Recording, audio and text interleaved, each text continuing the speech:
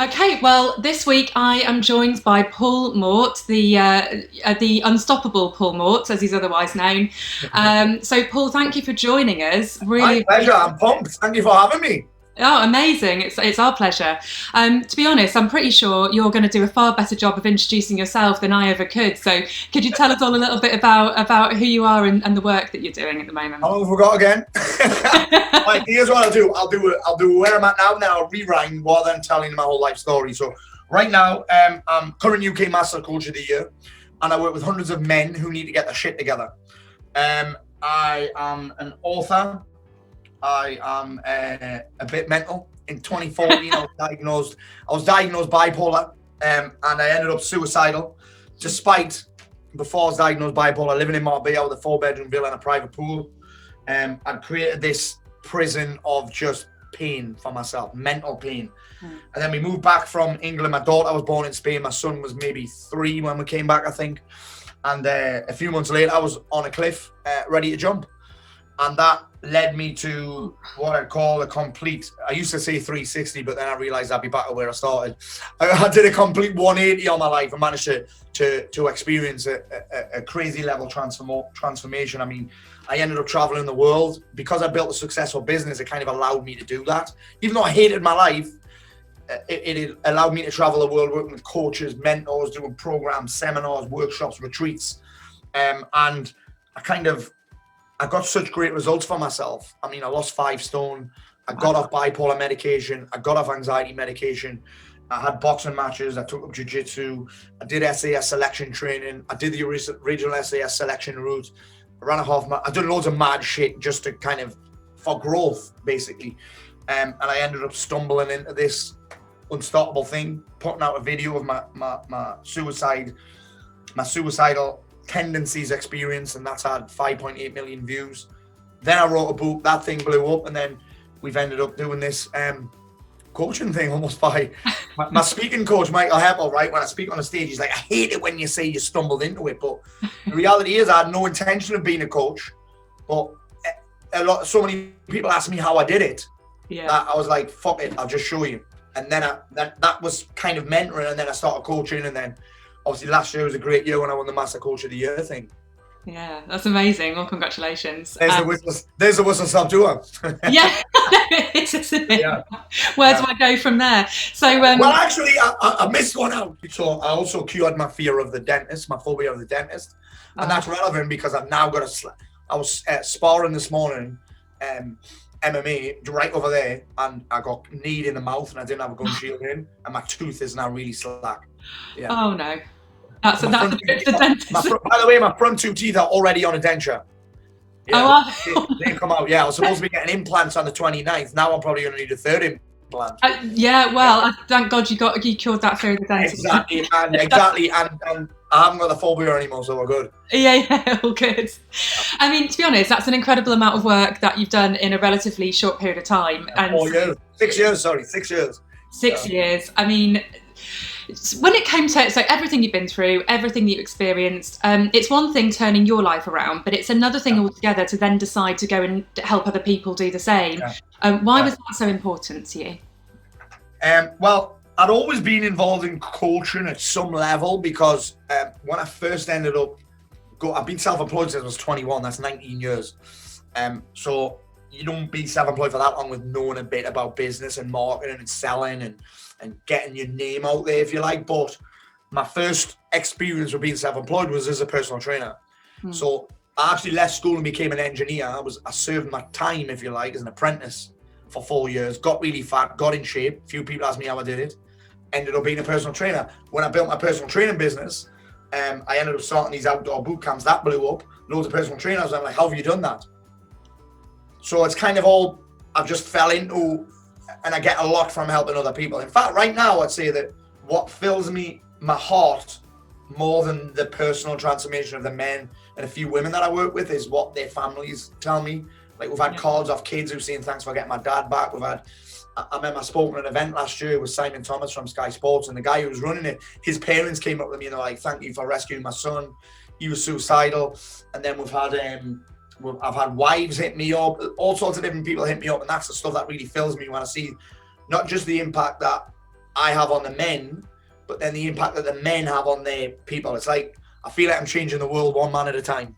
Yeah, that's awesome. I mean, what an amazing mission. Because actually, I think I read somewhere that was a moment for you, wasn't it, when your wife said to you, Well, she said the words that I'll never forget, and they're kind of famous now. She said to me, and a lot of people ask me, Georgia, they're like, well, some dickhead will say something like, "Why was your wife there? Why did you take your wife with you?" And I said to her, I said, and this is how volatile I was back then. What a great word. Volatile is a great word. I was so volatile that almost every time I'd leave the house, bear in mind I'd go missing for sometimes 3 days at a time on booze and coke benders. And my wife used to almost follow me with the 2 kids in the back of the car every time I left the house in my car.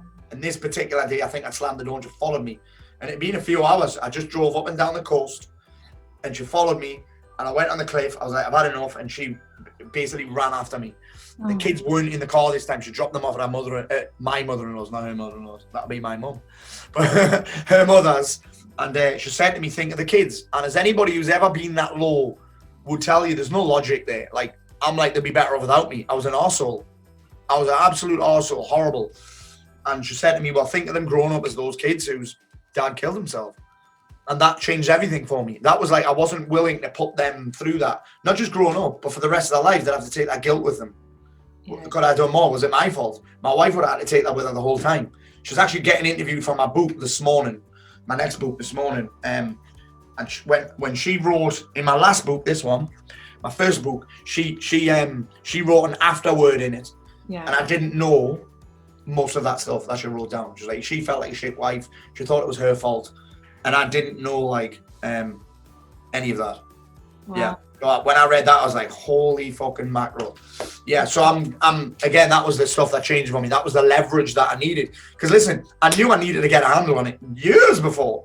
Yeah. I mean, listen, snorting coke off your desk while you're at work isn't healthy behavior. Yeah. Drinking every weekend, going missing for 3 days at a time, that's not healthy. So I knew it was almost like, I think Tony Robbins would say something like, my should became a must based on those words and that leverage. Yeah, that makes sense. That's tough. Your first book, you held it up just then, Fucking Unstoppable. Yeah, The Modern Man's Guide to Grabbing Life by the Balls. I love it. Yeah. I love it. So you've gone from, all of that stuff happening. I get the unstoppable. I do completely get the unstoppable. You've kind of gone at this at that same kind of pace, that same ferocity. And so what's the main message in that book? Like for people that haven't read it, who might now go to Amazon and pick up a copy of that. The main message is you got to take fucking responsibility for what you've created. Yeah. That's the main message. You have to take responsibility. I'm working on this in my new book with just some different language and different examples. But until men stop blaming, they'll never change, because they blame other people, they blame their wives, they blame their upbringing, they blame their town, they blame their industry, they blame everybody. I blame bipolar. I mean, that was my biggest crutch. Oh, well, I'm bipolar, so I've got this. When I realized that bipolar was just a diagnosis I was given. It's not who I am. I don't have it. I don't have bipolar disorder. I was given that label. Yeah. So the biggest message is you have this: when you blame other people, you'll always be powerless. If you want to take back some power and become unstoppable, you have to take, Jocko Willink would call it extreme ownership. Yeah. I'm responsible for all of this. And that's not, the challenge is with that message is that some people are like, oh, well, that means it's my fault. I'm to blame. I'm like, no, it actually means that you've got the power now. Yeah. Like that's I would call it taking charge rather than taking responsibility. Yeah, definitely. And so tell us about your new book then, because that first one. I'm not supposed to talk about. Right? Oh, aren't you? Okay. No, I got in trouble a little bit this week. So my new book is they're choosing the name. So it's the second biggest publisher in the world that I've signed with. Yeah, amazing. And it's going to be an Audible exclusive. Okay. So it's an Audible exclusive because. Are you doing the Audible? You're doing the audio. I am. Awesome. Yeah, and it's going to be real different because the reason they asked me to do that is because most audiobooks, and I was talking to the producer, she works at the BBC as well, and she said to me, I said, here's what I want. The reason this company have signed me is because they don't want me to just read a book. That's, for me, I don't even listen to many audiobooks because they put me to fucking sleep. You want to get your kids to sleep, you read them a story, right? Yeah. Put me to sleep. So I wanted to do it in a different way. So essentially, I'm essentially delivering 8 keynotes. Yeah. That's the approach that I'm taking. 8 keynotes. When I deliver a keynote, you probably want to fucking run a marathon by the time I finished. Yeah. With no clothes on, with a fridge on your back. That's what I'm trying to get across in the audio. I thought you were going to say that's something you've done for a minute. Then not yet. That's not going to surprise you. No. I've been warned. All right, fab. And so your books are actually the least of your content as well, aren't they? You've got the least of my content. Yeah. You've got like basically a library. My books just get me email addresses. Yeah. Okay. Yeah. The books that I've got, it's not on Amazon. You'll not find it on Amazon. Why? Because we're talking about business and branding here. If you get it on Amazon, that's great. But guess what? I don't get your email address, which means I can't tell you about my next program. Yeah. I can't give you the logical next step if I put it on Amazon. Yeah. So why do books? What's the power in it for you? The book is, if you want to be an authority in your field, authority has the word author in it. Yeah. It's that simple. Thank you, mate. Thank you. Yeah, sorry. You know, you need your content. Desperate for that. I was desperate for that.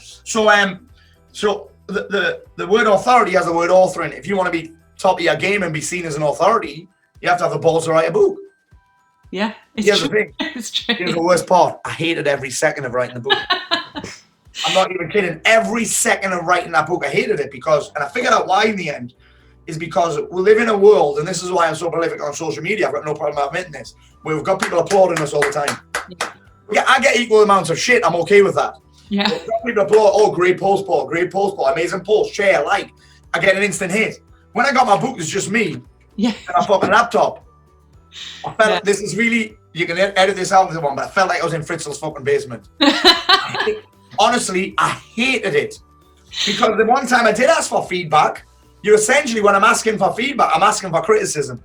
Yeah. So that's all I ever got. So yeah, it was a labor of love. It was a labor of hate. Actually, it wasn't love. I hated every second of it. I'll tell you what, Paul. To be honest, as someone who helps people get their books out there for a living, I can tell you, you're not the only one with that. Yeah, I hated it, and I think that's why when I got approached for this deal, I was like, I don't have to write it. Fucking right, I will. Amazing. Will you do it? Will you do this, Paul? Well, and in January launch, I was like, fucking right, I will, mate. Yeah. Awesome. And so what else then with the books? Because you've got like meditations on your website. You've got loads. Like, talk me through it. So these books are essentially the thing that positions an authority. Someone else could do exactly the same as what I do. Yeah. Speak as fast as I do, as loud as I do, use the language that I do. But if they don't have a book, I'm the one that's the authority. Because I've got a book. It's the best business card you'll ever have, right? Yeah. And they are essentially just a way in, a buy-in, if you like. So essentially, when I'm selling this book, it is I'm building a list of people that have invested something, which means for me, you watch my videos, you watch my Instagram stories, you watch my Facebook, you come on my webinars. It doesn't make sense. People don't do this. They just put content out for the sake of putting content out. You've got to give me a logical next step. A logical next step for someone watching my videos is to buy my book. Logical next step from someone to buy my book is to join one of my programs. Yeah. That's just the way I see it. Like if you want the good stuff, you got to put fucking skin in the game. And my content, I love my content. I get a lot of traction on my content. I got approached by TikTok about 6 weeks ago. I don't even have a TikTok account. I got approached by them to do some stuff with them, and that's because I put out prolific content. But I have to give someone a logical next step. Yeah. And taking somebody who watches me on Instagram from like 0 investment to 180 quid. It's not impossible, but it's easier to just make the logical next step 8 quid, 20 quid for an audio. Do you know what I mean? Yeah, definitely. So tell us about the programs then. What do they involve? So the programs I have a few different programs. I have one called Unstoppable 28, which is for men and women. And this is what I'd call mentoring rather than coaching. Mm-hmm. So in this program, I guide you through the process of feeling unstoppable. And that comes from a few different areas. One, where your attention is, so what you're focused on. So I teach that concept of what you focus on grows, water in the flowers versus and looking at anxiety, panic attacks, depression. And then we start looking at energy, which is a huge deal, which is something that I'm blessed with being able to create on demand, and so is everybody. And the third piece of that is I teach purpose. I think a lot of men struggle with purpose. They don't have any once they get to a certain age, apart from to make it to the weekend. And the fourth piece I talk about is I start to show them how to create compelling outcomes that aren't based on willpower. And starting to look at limiting beliefs. Then once you've graduated that, by the way, this is why this program works. It's not just teaching. Yeah. Because I'm of the opinion, well, I have bought so many programs in the past and not even opened them. Like, I need someone to say, have you fucking done the work or not? So what we do in this program is we make people submit bits of homework to do the work. And if they don't do it, we call them out publicly. Yeah. And if they still haven't done it, I remove them from the group and keep their money. Yeah, okay. You know, when you start to create that level of leverage on people, people get through the program, which means they get results. And when people get results in advance, they're already interested in the next thing. So then we have a 90-day program called the 90-Day Mansformation. That one's only for men. I have run a couple of women's ones, but men, that's what I do. Sure. Again, I don't want to try and be everyone's fucking savior. That's exhausting. Yeah. So I work with this 90-Day Mansformation, and that's where they start to get more one-to-one access with me. That's where we do group coaching. That's where they get, I'm just looking around, but it's not here. It must be in my bag. The Unstoppable Planner, the Unstoppable Journal, a big old journal that I've created. And then we move into Alliance, which is more business focused. That's a year. Yeah. So I call that, I think people call that an ascension model or something. Okay. Yeah. So you've got, so it sounds like, I mean, at the kind of, at the kind of entry level, you've got something. It sounds like it's not just for business, right? This is suited to anybody. Any man in particular is looking for a level of change. And then I suppose I go. The three things I was just talking about this morning. The three things that tend to change is the level of access as you go through. You get more access to me, access to my team, access to information. So you get a higher level of information, and then you get accountability. So the accountability goes up in each level. And then association. So you're moving through the levels with people who are on the same mission as you. Some people will stop at one point and that's okay. Some people will get off the train at a different stop and that's okay. Some people will come right through to the end and that's okay too. Yeah. But I'm only ever, and this is what people don't get about what I do, on the outside. So if nobody's not bought anything apart from the book, I tend to just push Unstoppable 28. Yeah, okay. Because I think a lot of mistakes that coaches make and a lot of experts make is they've got fucking 20 programs. Nobody knows which one's for them, and there's too much uncertainty, and people that are uncertain tend to not buy. Yeah. That's quite interesting. So you're kind of disqualifying as much as you are getting people in, essentially. Pretty much, yeah. If someone asks about something else, then I'll be like, yeah, that might be a good fit for you. But Unstoppable 28, or the book is most people's entry level, then Unstoppable 28. But that doesn't mean if someone asks me, Paul, I've heard about your Mansformation, but when do you want to start? So actually right now, so the thing is with my program, some people will call it a challenge, that they're all live, they're all real time. I don't have anything you can just buy and do on your own. Why? Because I don't do those programs. I don't do them. Yeah. I need a bit of accountability. I need live calls, not recorded calls. I need live shit, not recorded shit. Yeah, I need in-person events. I need in-person events. I love running in-person events. I know. God, when are they going to be a thing again? We managed to get one over the line in August. Did you? We did one in August or July in South Shields, and we're supposed to have one in Manchester last week. And when I was on holiday, it got cancelled. They're like, we can't. We had 110 people signed up. So we did this amazing thing, which was like Robbins has been doing that thing. We did that. I traveled all the way to Watford and I ran this event where I was like, holy shit, it was amazing. It was expensive, but the guys in my program deserve it. So yeah, it was one of my favorite ever events. Me, cameras on us and shit. Wow, center of attention. Come on. yeah. I've got no problem admitting that either. Everyone's like, what? You admit that you love being the center of attention? I'm like, well, it's fucking obvious, isn't it? Come on. Yeah, awesome. Okay, cool. And so what's your focus then right now? Like for people listening to this? This fucking book's got me head melted. This book is my focus. I mean, we've got the podcast, which just blew up. Your podcast, definitely. Yeah, so that's so much fun. Yeah. So much fun. I mean, we've had Tyson Fury on, Chris Ramsey on, Ollie Ollerton on, Anthony Crawler on. We had Stephen Green on. This week, actually, we had Stephen on. So where did you and Stephen meet? Stephen's been on this one as well. Well, we met. I spoke at Expert Empires at Wembley last year. Oh, yeah, okay. I fucking crushed it.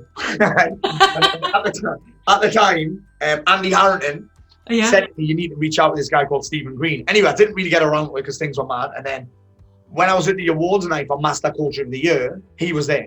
Yeah, okay. And then I met him there, and then we shot the shit, and he's almost as mental as me. I was going to say, which one do you think is more... He's doing that world record thing today, isn't he? Is that today? It's today, yeah, the mad bastard. No doubt it'll be on Facebook. Won't Yeah, it? so do you know why both of these came about? Because I remember in about May time, my wife is in the business with me. She's like the brains and the mouth, right? And she's got a really smart strategic brain, and she's very good at organizing things. And she could tell that I was bored. When I'm bored, I tend to break things, right? So you could tell my business was kind of going too well. It was too systemized. I knew what worked. I knew what didn't work. And she could tell. She said, "You're bored, aren't you? It's too repetitive." Yeah. And I value uncertainty. I value variety, if you like. She said, "What do you need so you don't burn this to the fucking ground?" I said, "I'll tell you what I need." I said, 2 things I need this year. A podcast, but like a big fucking podcast that I go all in on. Yeah. And I need a book deal. A proper, not a self-published thing, but I need a book deal where I'm going to sign with a big international publisher who does all of the marketing campaign for me. And I just went after those things. And do you know why those 2 things were a big deal to me? They satisfy my ego. Yeah. I've got no problem admitting that. My ego enjoys that. It's one of my values. Yeah. I've got no problem admitting that one of my values is performing and being the center of attention.